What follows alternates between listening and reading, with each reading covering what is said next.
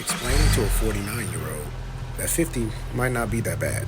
The truth is, the matter is that if you feel like people love you, then feel like they're also not lying to you. Yeah. You know, and I say that you set the bar as high as you can for yourself because we are our worst critics. Yeah. But the people who are around you, who are benefit from your presence, the people who love you, the people who you do for, the people who you lift up in times of need, and the people who lift you up in times of need. That's all because of the works that you have put in to people. So you got to kind of come off of your own, madness. Yeah, for sure. Believe them. Yeah.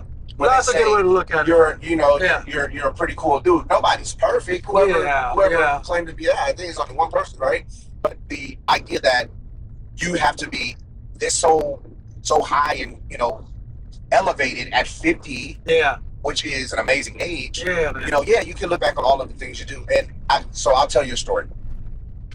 I'm 42 years old. Okay. I'm 42. That's my age. There we by go. the way. There we go. Oh, look at the young people in the car. 82, the youngsters. Damn. I'm 75.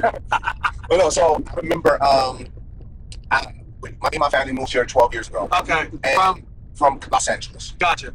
And I always kind of had this thing like, I needed to do more, the goal that we set for ourselves, we hadn't reached that specifically yet, and yada, yada, yada, right? This was years ago. Sure.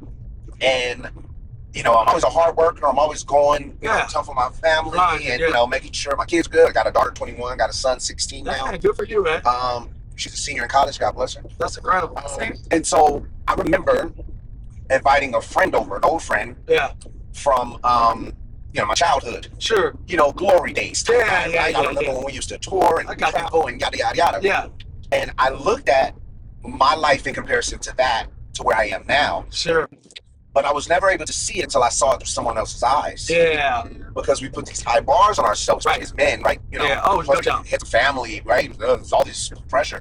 And I was able to look at my life through that friend who had visited, and we were telling all these old stories, and I was like, wow.